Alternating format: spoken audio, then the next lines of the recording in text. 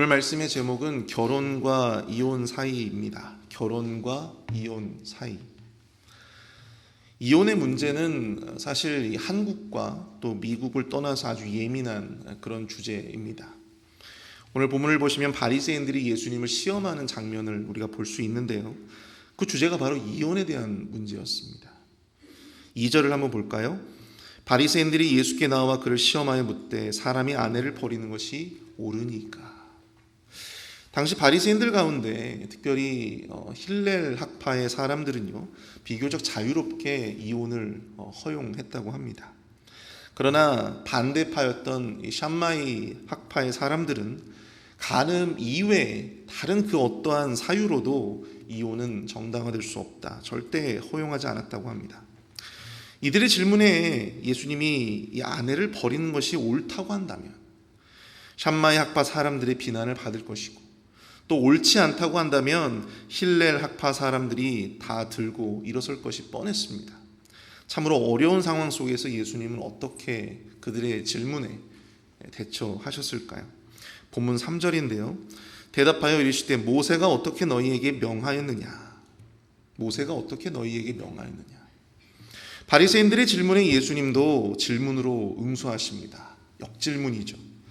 갑자기 모세에 대해 질문하신 것은 이 바리새인들이 그러한 질문을 한 것, 이혼에 대해서 질문한 그 근거가 바로 모세의 율법에 기인하고 있었기 때문이었습니다.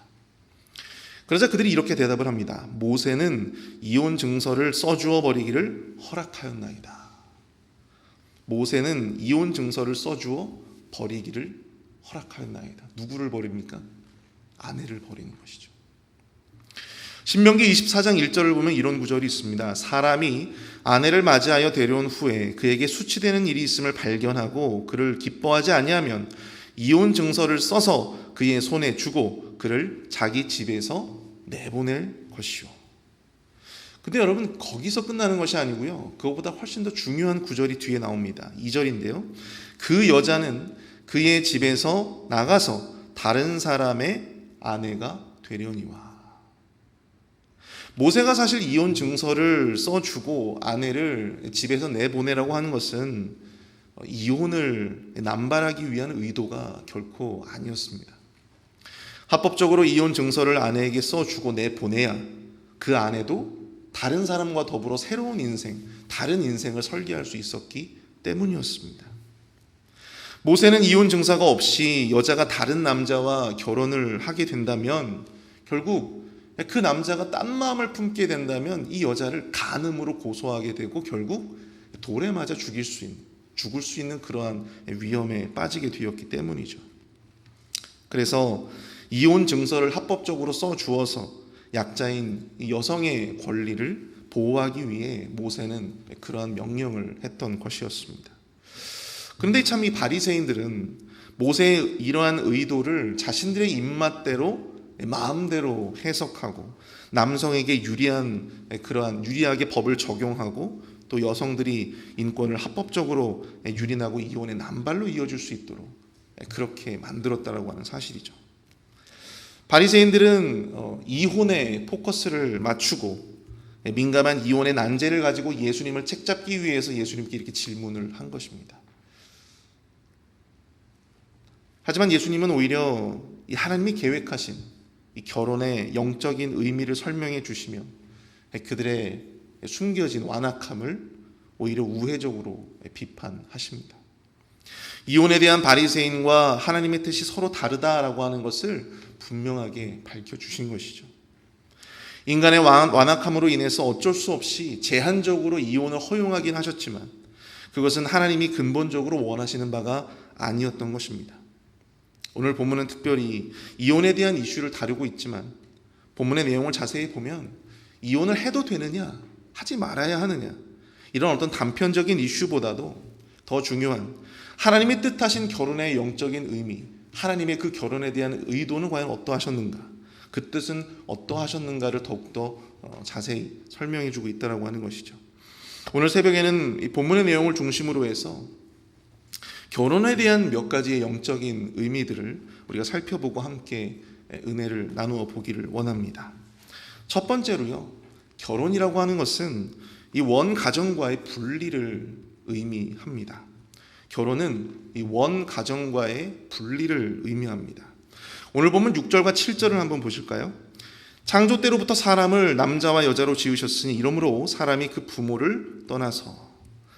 우리가 이 말씀을 통해서 깨닫게 되는 것은 이 결혼의 시작, 남녀가 서로 만나서 이 결혼과 가정을 이루는 그 시작은요, 바로 부모에게서 떠나는 것으로 시작하고 있다고 하는 것입니다.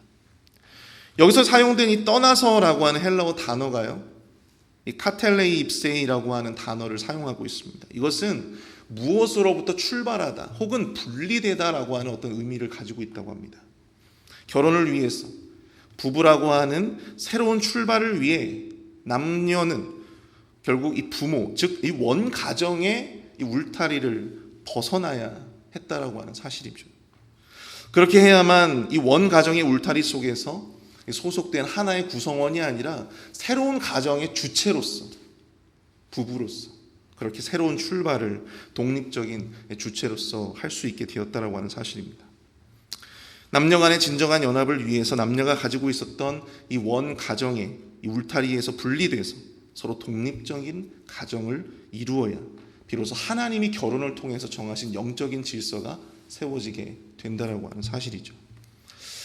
어떤 사람들은 이 원 가정과의 분리를 말할 때 이 공간적인 의미의 분리만을 생각하기 쉽습니다. 부모의 집에서 나와서 독립해서 따로 독립해서 나와서 살면 그것이 원 가정과의 분리를 다 이루었다, 그렇게 생각하는 것이죠. 그러나 그렇지 않습니다. 생활 공간의 분리가 이 원 가정의 어떤 온전한 분리를 의미하지는 않는다라고 하는 사실이죠. 따로 나와서 산다고 해서 그 부모에게서 독립한 것이 결코 아니다라고 하는 것입니다. 공간적인 독립과 분리를 이루어도 여전히 재정적으로 이 부모에 의존하고 여전히 정신적으로 부모에게 의존하는 그런 젊은이들이 얼마나 세상에 많이 있습니까? 집은 따로 나와 살고 있음에도 불구하고 때마다 부모의 재정적인 도움을 받지 못하면 받지 못하면 살아갈 수 없는 그러한 사람들.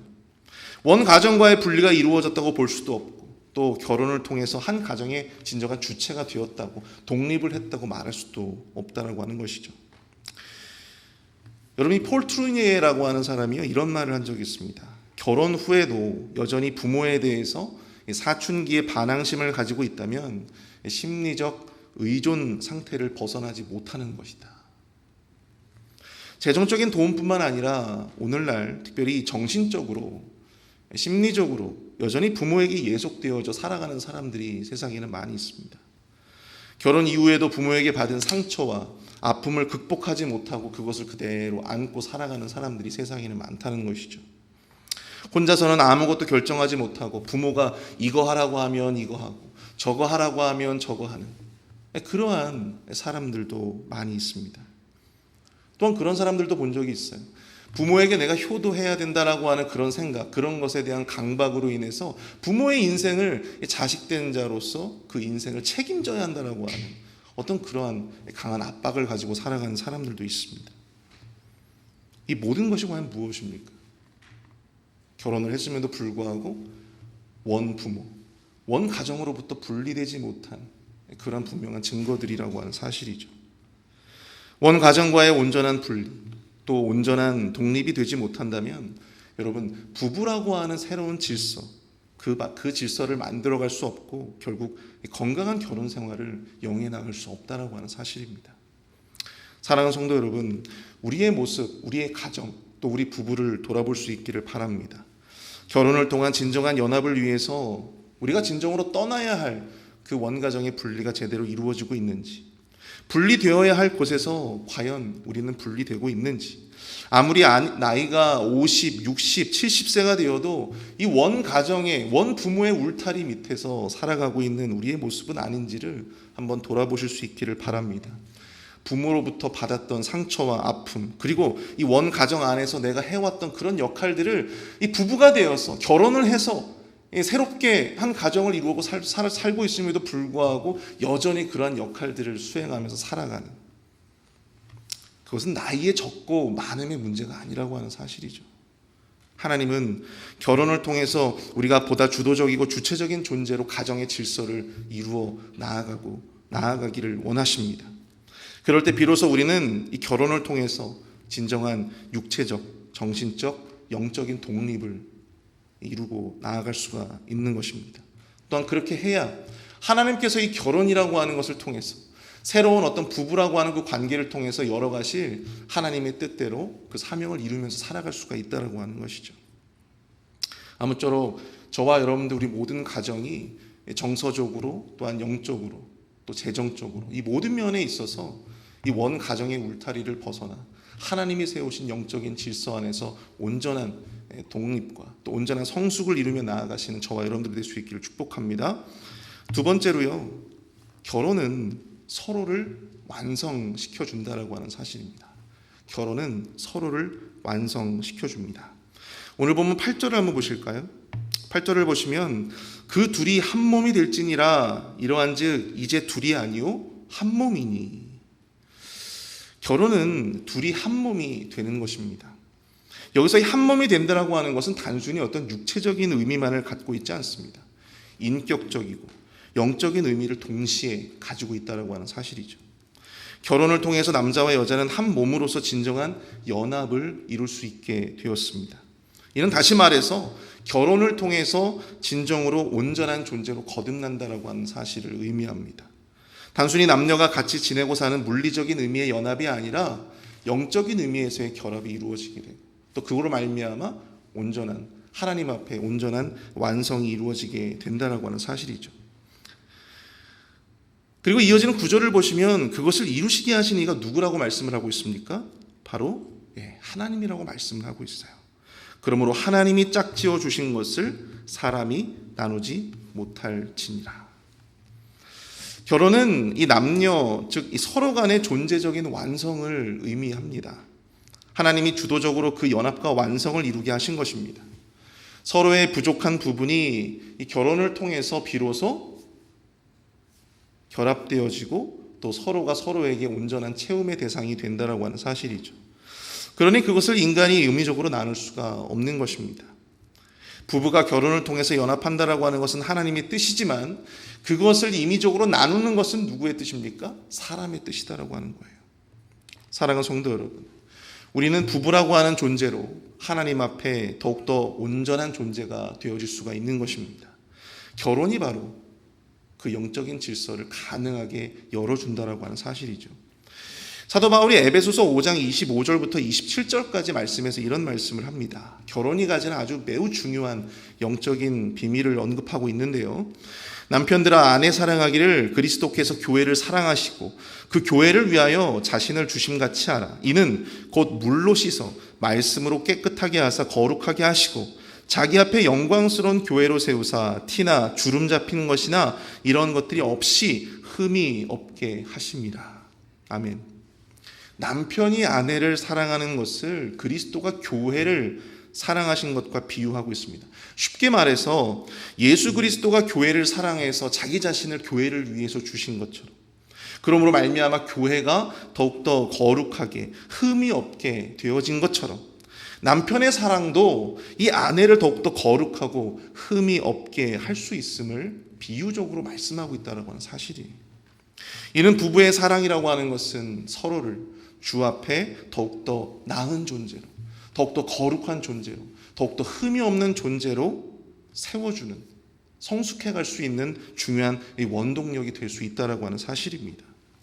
부부는 서로를 완성시키고 또한 서로를 성숙하게 할 수 있는 존재입니다. 다시 말해서 결혼은 그것을 가능하게 하는 영적 울타리인 셈입니다. 부부간의 사랑을 통해서 우리는 주 앞에 더 나은 존재로, 더 거룩하고 더 흠이 없는 존재로 나아갈 수 있는 길을 열 수 있습니다. 때로는 서로의 생각과 마음이 맞지 않아서 티격태격하고 좌충우로 할 때에도 그 속에서 부부는 서로를 온전하게 세워주고 또 그 안에서 진정한 성숙을 이루어갈 수 있다라고 하는 사실이죠. 가만히 우리의 부부의 생활들을 돌이켜 보실 수 있기를 바랍니다. 우리가 그 남편을 만나고 우리가 그 아내를 만나고 깎이고 또 다듬어진 그 많은 것들이 여러분들 생각나실 것입니다. 개중에는 남편 때문에, 아내 때문에 더욱더 깊이 하나님을 만나고 또 하나님 앞에 더 흠없고 거룩한 존재로 거듭나신 분들도 제 주위에는 많이 있습니다. 예전에 저도 갓 결혼한 지 얼마 되지 않아서요, 아내가 저에게 저희 말투를 가지고 지적을 한 적이 있었어요. 왜 성도님들과 전화통화를 하는데 왜 그런 식으로 전화통화를 하느냐는 것이죠. 왜 그렇게 무뚝뚝하고 퉁명스럽게 통화하느냐는 것입니다. 왜 그렇게 사무적으로 통화하느냐는 거예요. 제가 초반에 그런 지적을 아내로부터 많이 받았습니다. 제 고향이 충북 충주인데요, 충주 사람들은 다 그렇게 삽니다. 충주 사람들은 말투가 다 그렇습니다. 그래서 저도 객지에 나와 살다가 간만에 고향에 가면요, 그 사람들이 왜 다들 이렇게 싸우려고 말하는 것처럼 들리는지, 아내가 내 말투가 저렇게 들렸겠구나라고 하는 생각을 하게 될 때가 있었어요. 사실 그때는 아내가 그렇게 지적할 때 기분이 굉장히 나빴습니다. 내가 살아온 삶의 환경이 그러한데 그걸 어떻게 바꾸냐. 근데 저도 모르게 자연스럽게 그것을 의식하면서 살게 되더라고요. 성도들과 통화를 할 때라든지 대화를 할 때라든지 그런 부분들을 의식하면서 살아가게 되는 것입니다. 그러면서 조금씩 고쳐가기 시작하는 것이죠. 사랑하는 성도 여러분, 부부라고 하는 존재는 알게 모르게 서로의 부족함과 또 서로의 빈틈을 채우면서 그렇게 온전하게 서로를 성장시키고 또 서로를 성숙시키는 것입니다. 그것이 바로 부부이고 그것이 바로 하나님이 결혼이라고 하는 제도를 통해서 우리로 하여금 한몸 되게 한 중요한 이유이자 목적인 것입니다. 우리는 결혼을 통해서 내가 사라져간다고 생각합니다. 젊었을 때 나의 모습이 다 죽었다.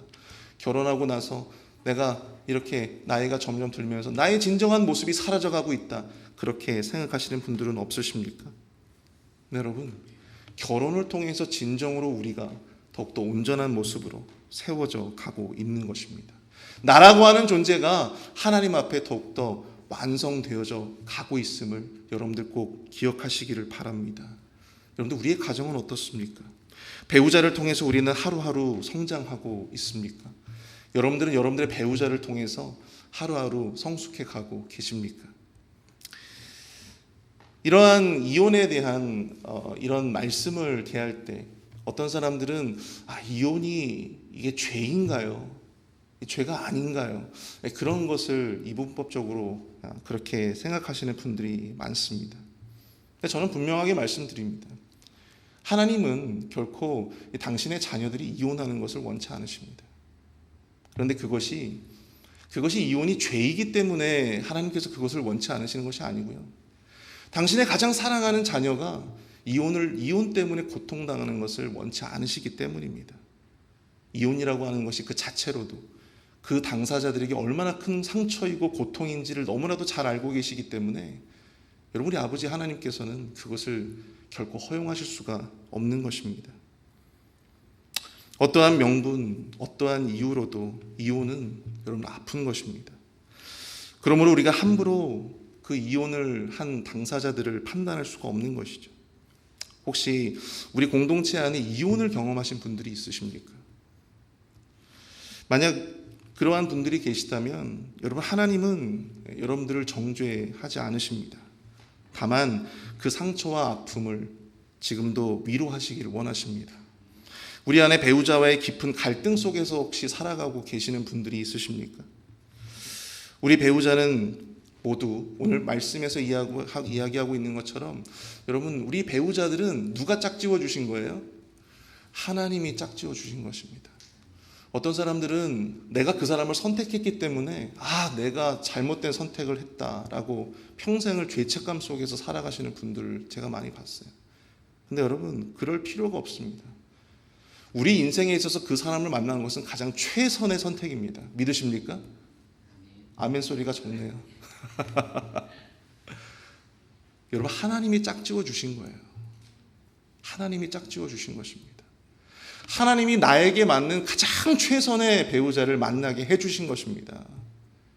여러분, 그 믿음을 가지실 수 있기를 축복합니다. 여러분, 우리가 선택해서 그 결혼이 이루어진 것도 아니고 우리가 선택해서 그 사람을 만나게 된 것도 아닙니다.